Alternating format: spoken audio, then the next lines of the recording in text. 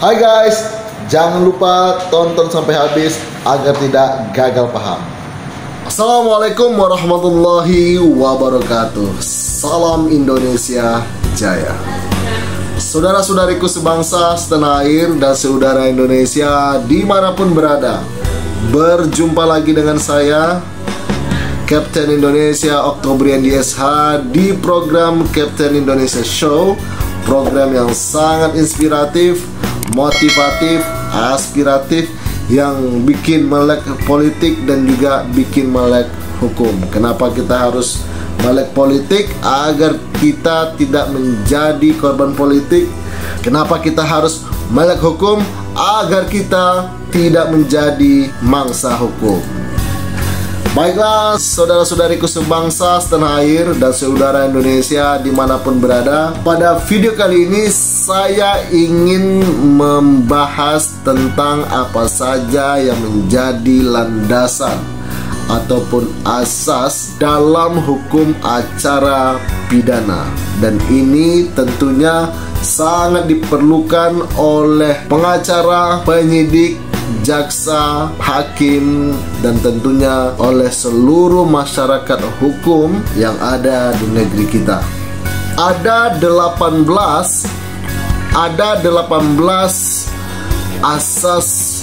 asas hukum acara pidana.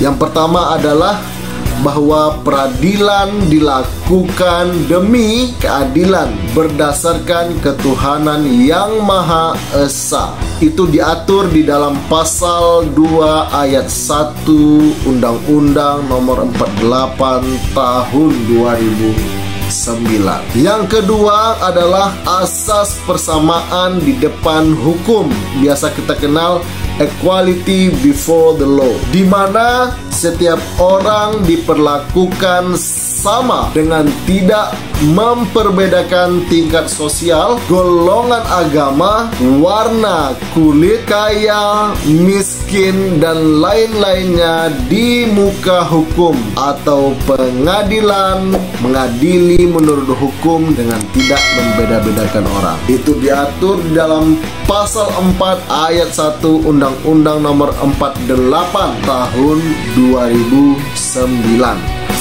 Asas yang ketiga adalah tidak seorang pun dapat dihadapkan di depan pengadilan selain daripada yang ditentukan oleh undang-undang. Ini diatur dalam pasal 6 ayat 1 Undang-Undang Nomor 48 Tahun 2009. Asas yang keempat adalah bahwa tidak seorang pun dapat dijatuhi pidana kecuali apabila pengadilan karena alat pembuktian yang sah menurut undang-undang mendapat keyakinan bahwa seseorang yang dianggap dapat bertanggung jawab telah bersalah atas perbuatan yang didakwakan atas dirinya. Ini diatur dalam pasal 6 ayat 2 Undang-Undang Nomor 48 Tahun 2009. Asas yang kelima adalah bahwa asas perintah tertulis dari yang berwenang. Segala tindakan mengenai penangkapan, penahanan, penggeledahan, penyitaan hanya dapat dilakukan berdasarkan perintah tertulis oleh pejabat yang berwenang oleh undang-undang. Ini diatur dalam pasal 7 Undang-Undang Nomor 48 Tahun 2009. Yang keenam adalah azas praduga tak bersalah, presumption of innocence. Maksudnya setiap orang yang ditangkap, ditahan, dan dituntut dan atau dihadapkan di depan pengadilan wajib dianggap tidak bersalah sampai adanya putusan pengadilan yang menyatakan kesalahannya dan telah memperoleh kekuatan hukum tetap. Ini diatur dalam pasal 8 ayat 1 Undang-Undang Nomor 48 Tahun 2009. Asas ketujuh adalah asas pemberian ganti rugi dan rehabilitasi atas salah tangkap, salah tahan, dan salah tuntut, mengadili tanpa alasan berdasarkan undang-undang atau kekeliruan mengenai orangnya, atau error in persona, atau hukum yang diterapkannya berhak menuntut ganti kerugian dan rehabilitasi. Itu diatur di dalam pasal 9 ayat 1 Undang-Undang Nomor 48 Tahun 2009. Asas yang ke-8 adalah asas peradilan dilakukan dengan sederhana, cepat, dan biaya ringan.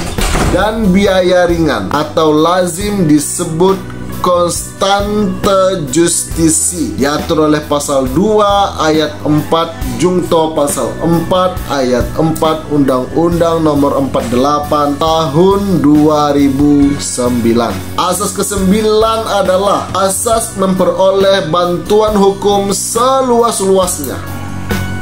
Artinya bahwa setiap orang wajib diberikan kesempatan untuk memperoleh bantuan hukum pada tiap tingkatan pemeriksaan guna kepentingan pembelaan. Ini diatur dalam pasal 56 ayat 1 Undang-Undang Nomor 48 Tahun 2009. Asas ke-10, asas wajib diberitahu dakwaan dan dasar hukum dakwaan serta hak-haknya, termasuk hak menghubungi dan meminta bantuan penasihat hukum. Asas ke-11, asas hadirnya terdakwa, artinya pengadilan memeriksa, mengadili, dan memutus perkara pidana dengan hadirnya terdakwa. Itu diatur dalam pasal 12 ayat 1 Undang-Undang Nomor 48 Tahun 2009. 12.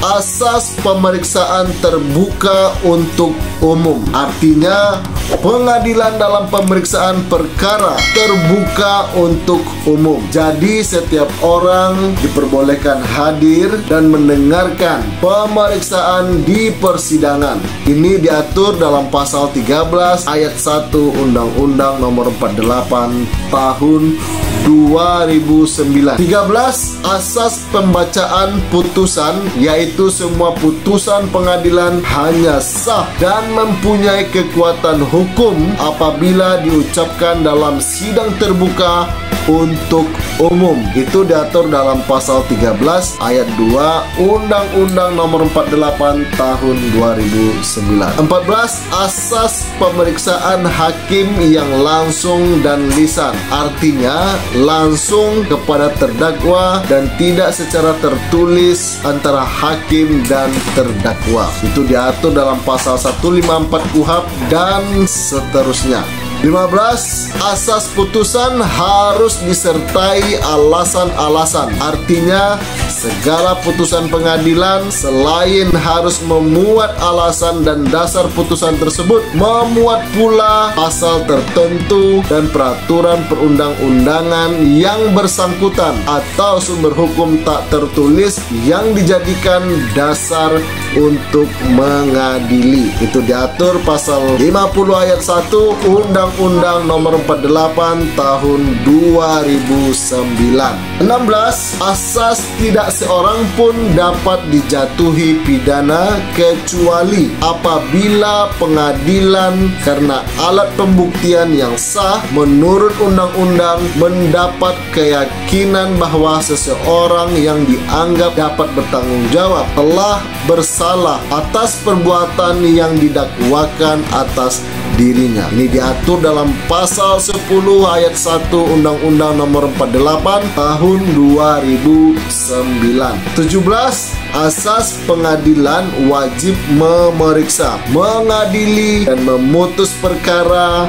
Artinya pengadilan tidak boleh menolak untuk memeriksa, mengadili, dan memutus suatu perkara yang diajukan dengan dalih bahwa hukum tidak ada atau kurang jelas. Pasal 10 ayat 1 Undang-Undang Nomor 48 Tahun 2009. Dan yang terakhir, 18. Asas pengawasan pelaksanaan putusan. Artinya kalau menjalankan putusan pidana, Ketua Pengadilan Negeri wajib mengawasi mengawasi pelaksanaan putusan pengadilan yang telah berkekuatan hukum tetap. Pasal 55 ayat 1 Undang-Undang Nomor 48 Tahun 2009. Jadi, saudara-saudariku sebangsa, setanah air, dan saudara Indonesia dimanapun berada, itulah 18 asas-asas hukum acara pidana. Tentunya ini akan sangat bermanfaat kalau kita semua mengetahui asas-asas ini. Tentunya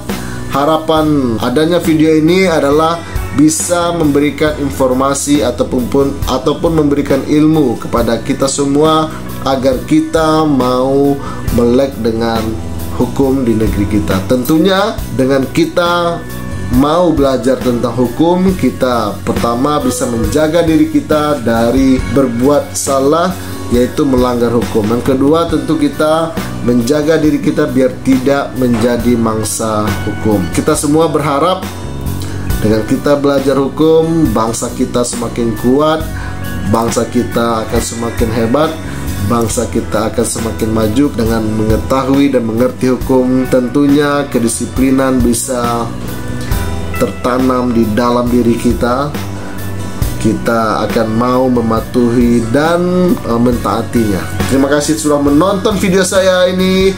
Jangan lupa subscribe, like, komen, dan share video ini. Dan juga jangan lupa klik loncengnya agar saudara-saudariku sebangsa, setanah air, dan saudara Indonesia dimanapun berada bisa mendapatkan informasi ataupun video-video baru dari channel Captain Indonesia Show ini, agar mendapatkan ilmu yang bermanfaat bagi diri sendiri dan juga bagi keluarga dan tentunya bagi rakyat, bangsa, dan negara Indonesia. Terima kasih. Assalamualaikum warahmatullahi wabarakatuh. Salam Indonesia Jaya. Mari bersatu seluruh rakyat Indonesia, melawan mereka yang tidak amanah. Nasib kita tak akan pernah berubah jika bukan kita yang merubahnya. Mereka tak peduli akan nasib bangsa ini. Mereka sibuk memperkaya diri. Katanya mengabdi, nyatanya menggerogoti. Mereka maling uang rakyat sendiri.